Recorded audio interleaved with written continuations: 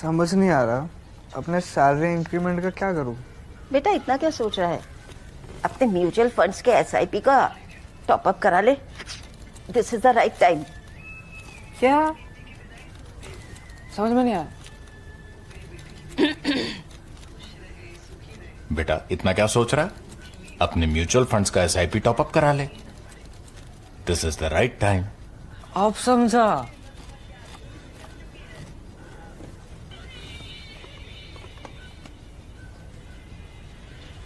Mutual fund investments are subject to market risks. Read all scheme-related documents carefully.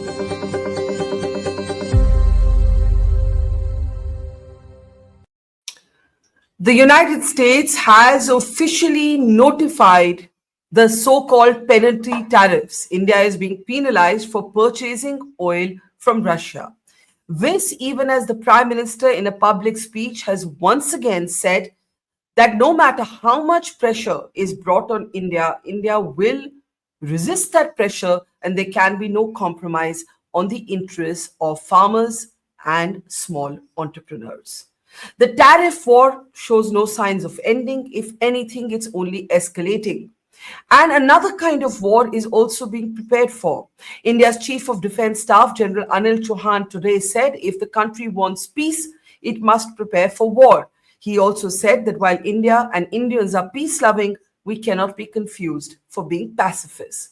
All of these developments as a contentious new announcement from Washington about a new ambassador from America to India, but one who will also look after South Asia and Central Asia, and also reports by a German daily, the FAZ, that Trump tried to reach out to Prime Minister Modi 4 times and those calls were ignored.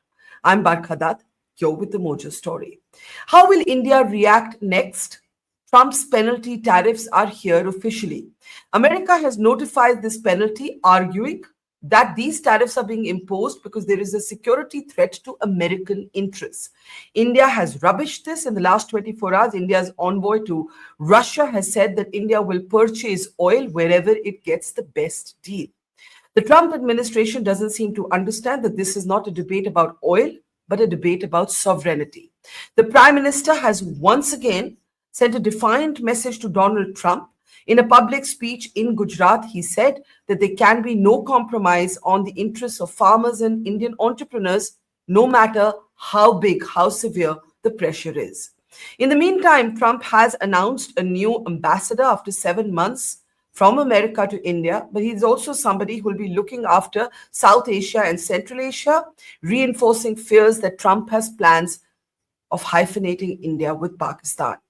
Trump continues to make ever-changing claims of how many jets were downed in the Operation Sindoor military conflict between India and Pakistan. This time, the latest number he's putting on the table is 7. In the midst of all of this, a German daily has reported that Trump did try and make 4 phone calls to Prime Minister Modi, and these calls were avoided by Modi. We have no official confirmation of this from the government or the MEA.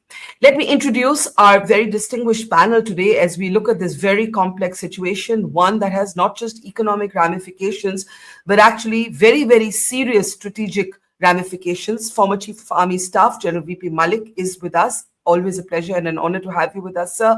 Also joining us is veteran diplomat, Ambassador Sajjanhar. Always a great pleasure, sir, seeing you after ages. Welcome back. And also joining us is Rajat Sethi, incisive political analyst, hasn't been pulling his punches on this entire issue. Welcome, gentlemen. I want to start by playing out Trump's latest, even as the official notification comes on the so-called penalty tariffs slapped on India for buying oil from Russia. Take a look at Trump's latest comment. I'll tell you what, the war with India and Pakistan, that was the next level. That was going to be a nuclear war. They already shot down 7 jets. That was raging. And I said, you guys want to do trade? We're not doing any trade. We're not doing anything with you if you keep fighting. You got 24 hours to settle it. They said, well, there's no more war going. And I used that on numerous occasions. Trade, I used I used whatever you had to use. But we got 7 of them stopped.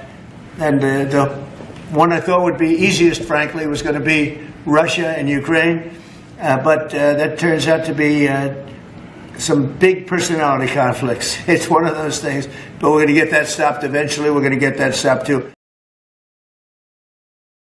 So do we have to wait for Russia and Ukraine conflict to stop before things get better between India and the United States? There is talk of a possible meeting between Modi and Trump on the sidelines of the United Nations General Assembly, but there is no official confirmation of this. In the meantime, the Prime Minister is in fact headed to China to take part in the SCO summit. A lot of balls up in the air. Remember, China has just participated actively on Pakistan's side in Operation Sindoor.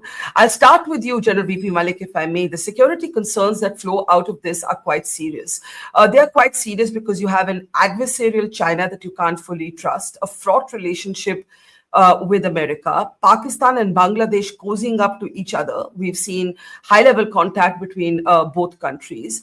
We have China trying to use money to extend its influence in all of South Asia. And you now have Trump wanting to have an ambassador for India who will also look after South Asia.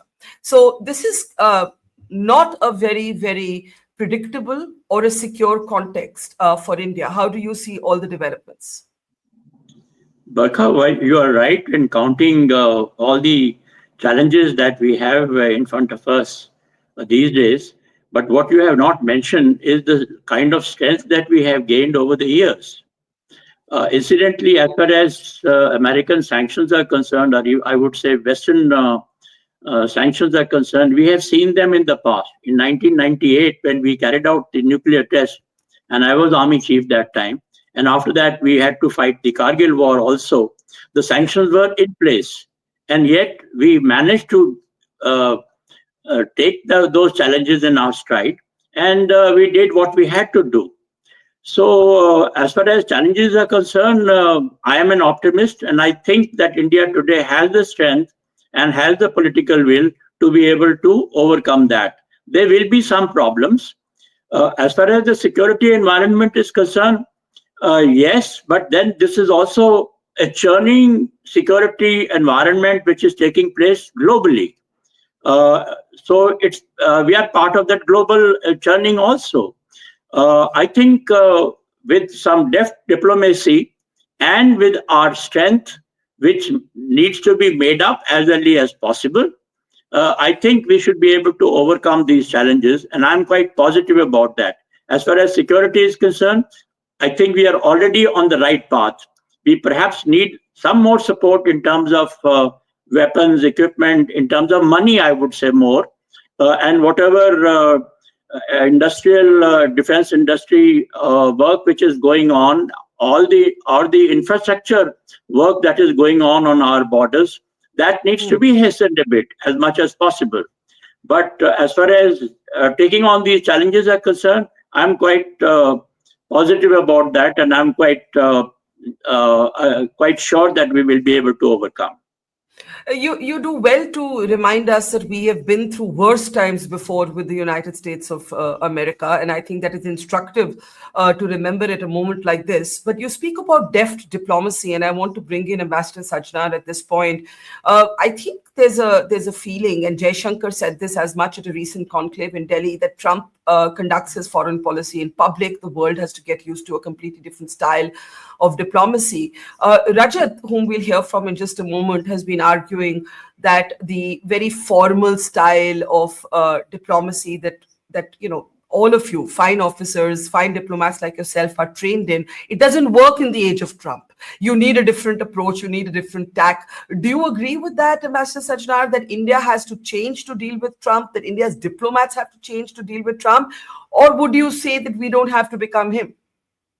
No, thank you very much, Barkha, for having me on the show. I would definitely say that we don't have to become him. We don't have to sort of, follow that same style. Let me also say that it's not only the style that is different, it's also the content that is different. And I think the real problem is both with the style as well as with the content. Because here, when we are talking about diplomacy, you are talking about mutual sensitivities, you are talking about mutual respect, you are talking about mutual trust. Here, when Mr. Trump speaks, then of course, as far as trust, predictability, reliability, confidence, all those aspects have been thrown to the winds. And I think, when we are talking about diplomacy, it is less the style and more the substance of what we are talking about. It might be you might be saying behind closed doors, but I don't think, the berating that Mr. Trump gave to Zelensky on the 28th of February in the Oval Office, I don't think that sort of berating is given even in private. So I think we have to basically, we cannot stoop to that level, if I could, with your permission, use that expression, because Yeah. otherwise, when Mr. Trump says it's a dead economy and tariff abuser and tariff king, etc. We could also say something similar, but we don't. And we speak in very dignified voices because, again, we realize, as General Malik has said, we had such issues in 1971 with the United States. We had such issues with 1998 with the United States.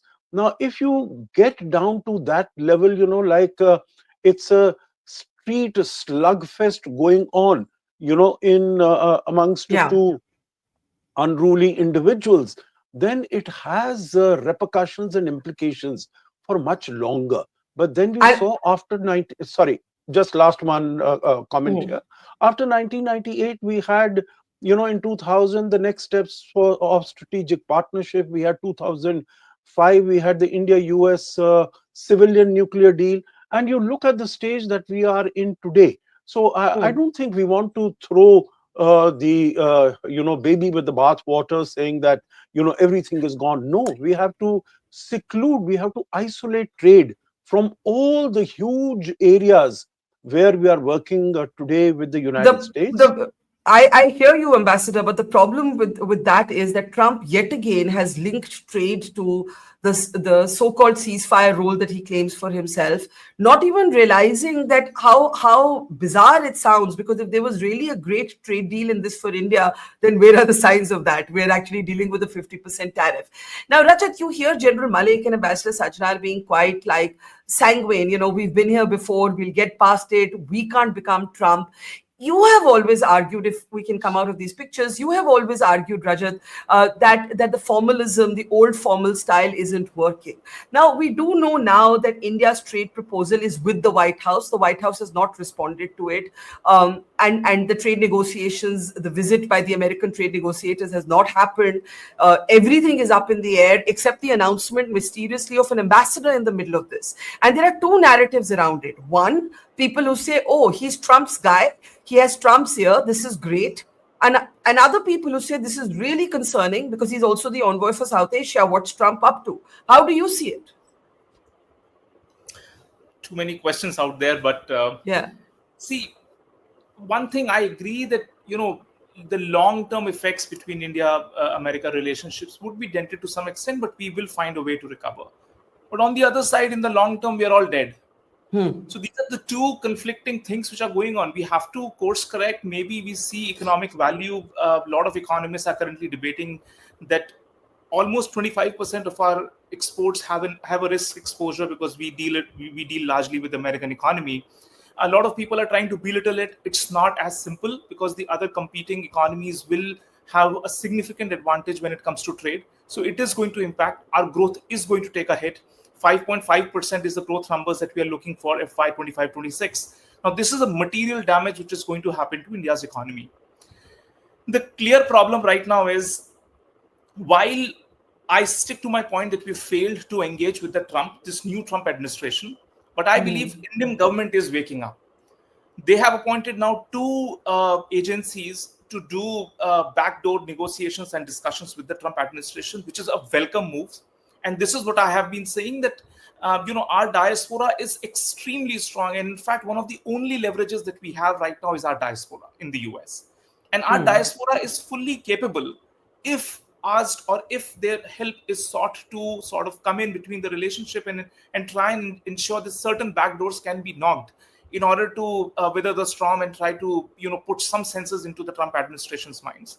And I believe some of that has started. And I'm very hopeful that these informal channels and these agencies that we have hired officially in Washington, D.C. are going to do that work for us. And we will be able to drive down our point at some stage. So I'm happy on that count. Second is that there is a trade team from the US which is coming down to India. I believe we should have a discussion. We should carry on the discussion with or without Trump's direct involvement or his tariff announcements. That is going to happen parallelly, and we should try and negotiate it and try and find a middle ground. Because otherwise, I mean, India is left with Hobbesian choices. I mean, what on one side, 1 month back, our journals in the army and all were coming out and saying that we have fought two front war with Pakistan and China sharing their data links and data walls. And on the other side, we are forced into getting into a friendship with China, which is only going to be a surface level. So I believe net, it's not a comfortable scenario. But Prime Minister Modi would be working his pragmatic mind, his pragmatic hat, to find some way to come in and try to resolve this situation without having to bow the head down. And I believe him not picking up the phone calls, 4 apparent Trump calls, as per the German newspaper, is clearly giving Trump a sort of a pointer that you can't put India in the same bracket as you're dealing with the rest of the world. We are the world's largest country by population, and we carry that heft, and we are proud of that. Yeah. So yes, indeed, we opened this program by saying that a German daily, the FAZ, is reporting that the Prime Minister did not take 4 different attempts by Trump to speak to him. We also have well-established reporting that the last time both leaders spoke, it was a very, very acrimonious phone call. This is when Trump wanted the Prime Minister to come to Washington on the same day that Asim Munir was there. The Prime Minister, of course, declined, as any Indian Prime Minister would. Before I come back to, how might Modi or Modi government respond? Is this really fixable between Trump and Modi, or has something gone off kilter between the two leaders? Let me play out the Prime Minister's latest statement on standing up to this pressure from America. Take a look. मेरी सरकार लघु उद्यमियों का, किसानों का, पशुपालकों का कभी भी अहित नहीं होने देंगी। दबाव कितना ही क्यों ना आए, हम झेलने की अपनी ताकत बढ़ाते जाएंगे। So I want to start with you, General Malik. You say that we have seen terrible moments before, including sanctions after our nuclear tests. But, we live in a very different time. If you remember Kargil, where you so gloriously led our military, our country to victory, the Americans had a role there in summoning Nawaz Sharif to Washington and telling him, listen, you want this war to end? You pull back, go back to your side of the line of control if there are any of you left on the Indian side. But Bill Clinton didn't do 45 press conferences on it and said, give me a Nobel. And I think Trump is just that person. You're dealing with a very different sort of entity. Now, given that, how does India reach a point of stability with the United States of America and not having to, as Rajat said, forcibly engage with China, whom we just battled in Operation Sindoor? Yeah, let me first take US and Indian relationship. Firstly, I do believe that politically, USA and Indian relationship have gone far too deep in the last 25 years. And therefore, even a president like Trump, he cannot have a permanent impact on that. It cannot be dented permanently by a person like Trump also. And I have a lot of faith. As Rajat said quite rightly, our diaspora has been doing a great work. Even during Kargil war also, they were quite active, I must mention here. So that is one, that it's not a permanent feature that we are combating, but it's a temporary feature, maybe 4.5 years, 3.5 years more. That kind of a thing may not be there when Trump is no longer the president. And our relationship is far too deep, and we should continue to engage. There is no doubt about it. Trump or no Trump, we should continue to engage not only with the USA, but even other nations like China also. There's nothing wrong with that. Now, as far as China is concerned, yes, I totally agree with you that it is at the moment, whatever is taking place, because of the churning that is taking place, certain amount of flexibility we have to show. Incidentally, I must mention that China also is dependent on the trade with us. After all, we are now one of their very large customers. We do not know yet what may happen between between China and USA in trade, this thing. But they also have certain, interest in keeping India on the right side. So there again, I would say that we should continue to engage. We should I think both countries want to avoid war. Even China, it doesn't look that they want to get involved in a war. So the present situation of trying to stabilize the border and trying to do as much as possible so that there is no fire from either side, that we should maintain, and we should continue to engage with each other and must remain alert. We cannot afford to forget what has happened in the past with China. So what I would say is that we must remain very alert as we've been has been happening now. We should continue to prepare ourselves in case of any unfortunate incident that takes place. We should be able to. And I have also to say that India has now, moved forward quite a bit. Even from 2020 onwards also, we are no longer in that kind of a situation.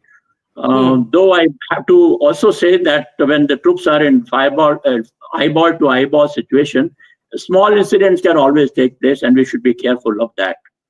Absolutely. Ambassador Sajjanhar, I have a very specific question which pertains to diplomacy for you. The appointment of Sergio Gore, right? He's a 38-year-old man who has little experience diplomatically in this region. He's a pal of Trump, which is seen to be a good thing in terms of the fact that he has access. He's controversial. Elon Musk called him a snake, fell out with him, left the Trump administration. But from an Indian perspective, what is concerning is that he will also be the envoy for South Asia and Central Asia. The last time the Americans wanted to do this was with Richard Holbrooke. He was eventually the envoy for what the Americans call AFPAC, Afghanistan and Pakistan. And India pushed back very hard to ensure that he would have no say, no role, no joint role vis-a-vis India. Now, a lot of people are saying we need to object to this appointment. We should not accept an envoy who's also the envoy for South Asia. How do you see it? Sorry, sir, can we unmute? Yeah, start again, sir. Yeah. So, if you permit, I will, with your permission, very quickly, address one or two other issues that you have brought up. One is about these 4 phone calls that were made, ostensibly made by Trump to Prime Minister Modi. I think it is pure speculation because, we are, as I said, we are not in the business of sort of, having a shouting or a slanging match with the United States, but we are open to discussions, negotiations, talks between the two sides. And that is why we were waiting for this trade team to come here on 25th, 26th. They were to come. We said, okay, the negotiations have not broken down. We will continue. So I think our side will never say no to a rational discussion, to a reasoned discussion. So I don't find much merit in that particular report. The second is on the issue of China. We need to recognize that the normalization and stabilization between the two sides started in October last year. That is before even Trump was elected in November of last year. So, this whole normalization, it has a certain logic of its own. These two big countries, neighbors of each other, they need to have normal relations, stable relations. But of course, when we engage with China, there are definite limits to which we can go because there are huge problems, not only as far as Pakistan is concerned, the support that China gives to Pakistan, but also on a 3,488 kilometer boundary, there are claims by China, 93,000 square kilometers it wants of Arunachal Pradesh. It demands as South Tibet. So, there are limits to which we can go, but to the extent that we can have normal and stable relations. Now, the second point that the question that you asked about Sergei Gore, I think definitely, that is, we shouldn't object to it. After all, he is a very close pal. In his Truth Social comment, Trump has said that he's a very dear friend who's helped him in his election campaign, both in 2020, which did not work out, and in 2024. So I don't think there is any point in objecting to it.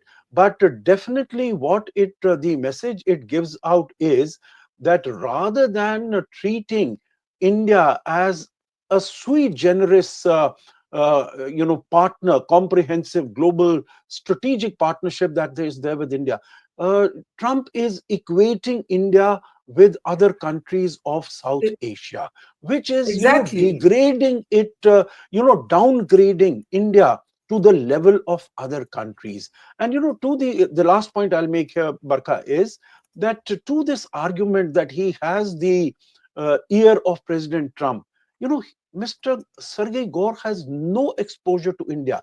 He has no information, understanding, appreciation of India. So he'll really not be up to appreciating the sensitivities and specificities of Indian culture. I fully agree on your last 2 points, and I'm wondering therefore why you say we should not object, but I think relations are so damaged that perhaps nobody wants to open another fault line.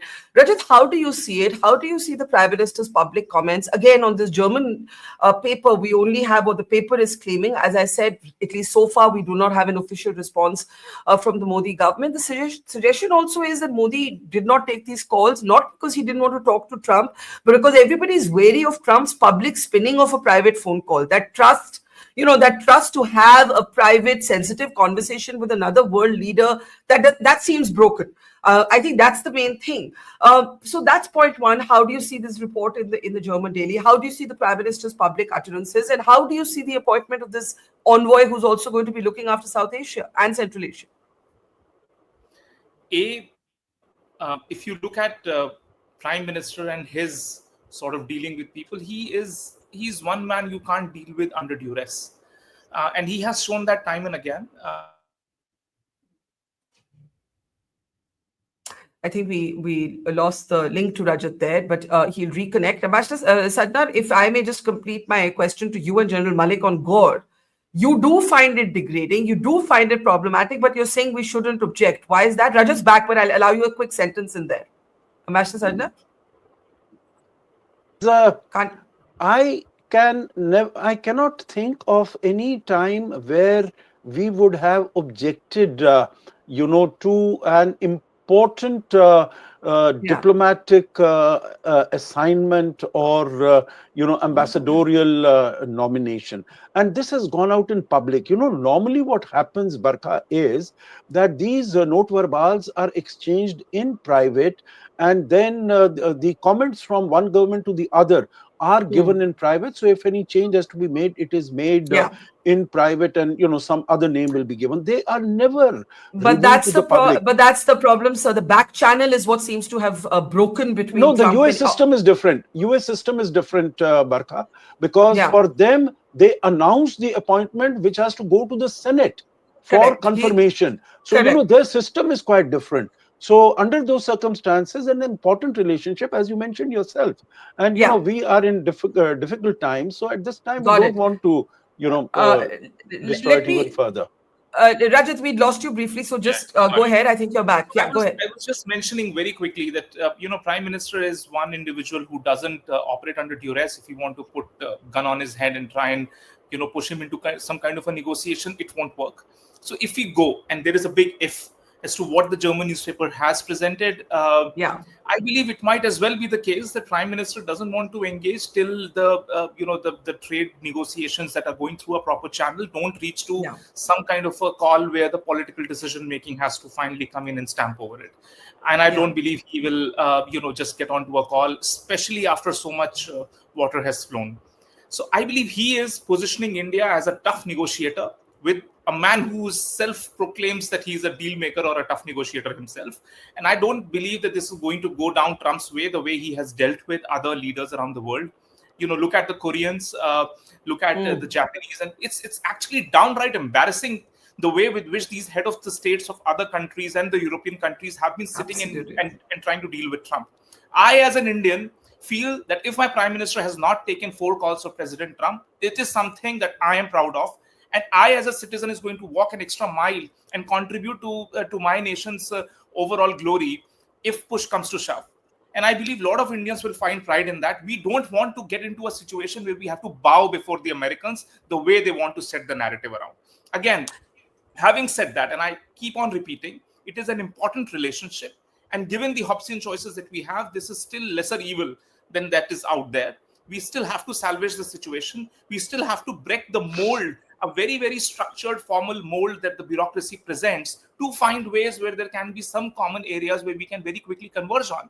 By the way, Mark Rubio, when Sergey Gore was appointed, he said this is he in fact said this is the most important relationship for US when he was trying to congratulate the newly appointed ambassador.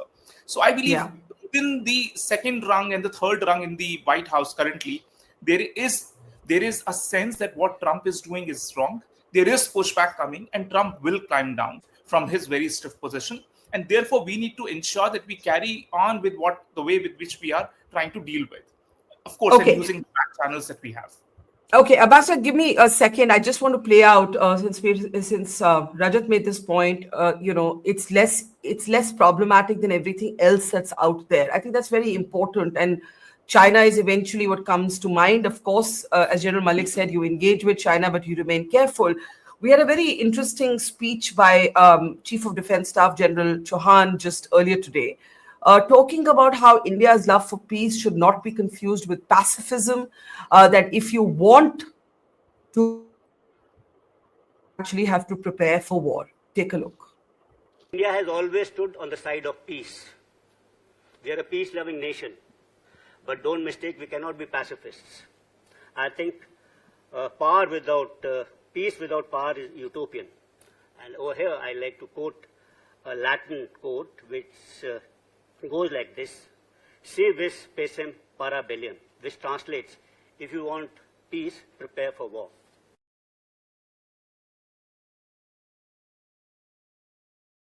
So let me actually bring this to General Malik first. The importance of this statement, when you couple it also with Prime Minister's 15th August speech, when I was listening to the speech, the whole sort of metaphor of the security doctrine, the Sudarshan Chakra, the economic reforms, what's happening with GST, there seems to be some recognition in government that we are in for challenging times, economically and strategically, and we have to start preparing for them.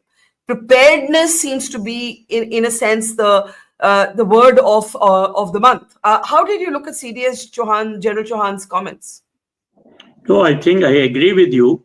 Even the Prime Minister's speech on the Independence Day, he did give that kind of a hint. And what CDS has said, I think he's just echoing that as far as I'm concerned. And the other thing is that, what CDS said is that the power is necessary to be able to maintain peace, which is what it is. And I would say even good diplomacy is also possible if you are strong enough. It's the security strength that gives you ability to be able to negotiate properly. So as far as our strength is concerned, our power is concerned, that there is no doubt about it, and we must continue to build as much as possible. Wherever we are lagging behind, we should try and make it up. The other thing that, what comes to my mind is that engagement is necessary, I believe, with every nation. And ours is a very mature nation now. And so there is nothing wrong with it, but we shouldn't take any nonsense. We should not permit any compromise of our national interest. And that is absolutely essential. The whole nation will support the Prime Minister when he's talking about, whether it is economic sanctions. And definitely when Trump is talking of the 25% letter sanction that he is talking of, tariff sanctions, those are nothing to do with economy. Those are political. Those are strategic. Those are hitting our national interest. He's wanting us to change our basic policies of foreign policy, our economic policy, our security policies, etc. That cannot be, that hegemony cannot be accepted by India. No respectable Indian would permit that kind of a thing or would allow that. So that we have to be careful. We cannot afford to compromise. And as far as strength is concerned, we should continue to build, because that is what will enable our diplomacy to be able to move ahead. I have one question for you before I come to Ambassador and then Rajat for the closing word. The rapprochement between Pakistan and Bangladesh, China's games in Pakistan, but also in other countries of South Asia, using money to buy influence. A naval officer, senior naval officer on this program, Admiral Shekhar Sinha, he said, I don't think we're preparing for a 3-front war or a 3.5-front war. He said, we are actually in for a 1-front war, because on every border there is a Chinese influence, whether with Pakistan, whether with other countries. Do you see that the problem, the vulnerability in the East, you have Asim Munir making open threats from American soil about attacking India from the East next. The DG ISPR has said this on record to The Economist. So, General Malik, I just want your perspective on that. Barkha, I don't see a major threat coming from the East. Particularly, we are talking of Bangladesh. Don't ever forget that Bangladesh is surrounded by 3 sides by us, on the land. And even as far as the ocean front is concerned, or Bay of Bengal front is concerned, we are pretty strong. So, yes, the Chinese influence and the Pakistani influence may increase in that because of religious reason or other strategic reason.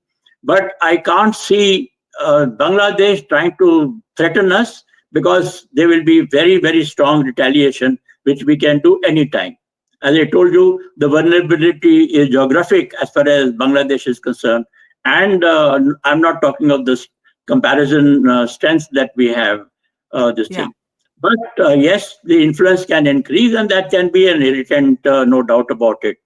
So yes, we have to see Pakistan and China. They have been allies for a long time, and they've been working with each other. And now, in fact, their security is almost fused as far as Pakistan is concerned, which we've seen during Operation Sindoor also. We have to be prepared for that kind of a thing. But as I said, this is not the time that any nation would like to go to war. That includes Pakistan, that includes China, and that includes Bangladesh also. Nevertheless, we have to be prepared, and we should continue to prepare so that even if it is a 2-front war, we can face that. Ambassador Sajjanhar, the China question, how do we deal? The Prime Minister will be there end of the month, end of this week, in fact. How do we deal with China?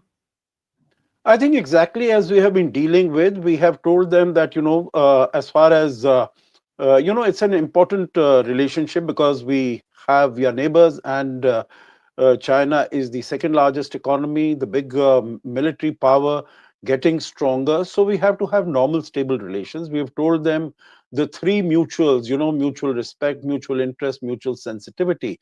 That is what the Prime Minister also told Wang Yi when he visited him. But we have to be very cautious. This rapprochement has been there, but it has to be a cautious rapprochement, because the problems between the 2 countries are deep-rooted and structural. And I do not see that, at every fora we have told them that you want a multipolar world, but we also want a multipolar Asia, because China wants to be a hegemon in Asia. And that is not acceptable to us. I think our point of view has been very categorically communicated to China. We see where we can cooperate, whether it is in the area of economy, like right now when Wang Yi was there, whether it was rare earth magnets, or it was fertilizers, or tunnel boring machines. We are getting those from there. But I think there are huge strategic challenges. Right now, why the Chinese ambassador gets up and says that, we have to stand together against a bully, because China wants to rupture the relations between India and the United States. So we have to be careful of that we have to preserve this relationship. I agree with what, the other panelists have said, that, this is an important, I will say, even a consequential partnership, which needs to be preserved. It serves both countries. We shouldn't be mistaken that it serves only India's interests. It serves America's interests as much, if not more, as India's interests. Both of us have to preserve. Trump is here for some time. He will go. Yeah. There are strategic convergences in interest between the 2 countries, and I'm sure they will continue to determine the forward course of our relations and our partnership.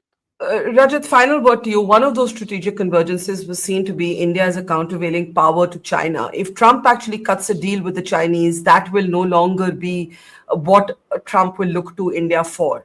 India's power will have to come from its economic growth, first and foremost, right? I think. And of course, at all stages, defense preparedness, more spending on defense, more spending on artificial intelligence, all of those things that young people like yourselves also are now working on. Just last thoughts on that.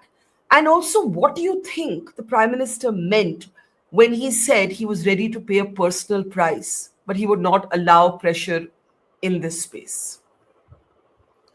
Well, I think he would have been pointing to certain covert operations, which US is pretty used to, actually. It's nothing new for them, to try and influence, meddle into the internal political affairs of other countries. They have done that successfully in Bangladesh.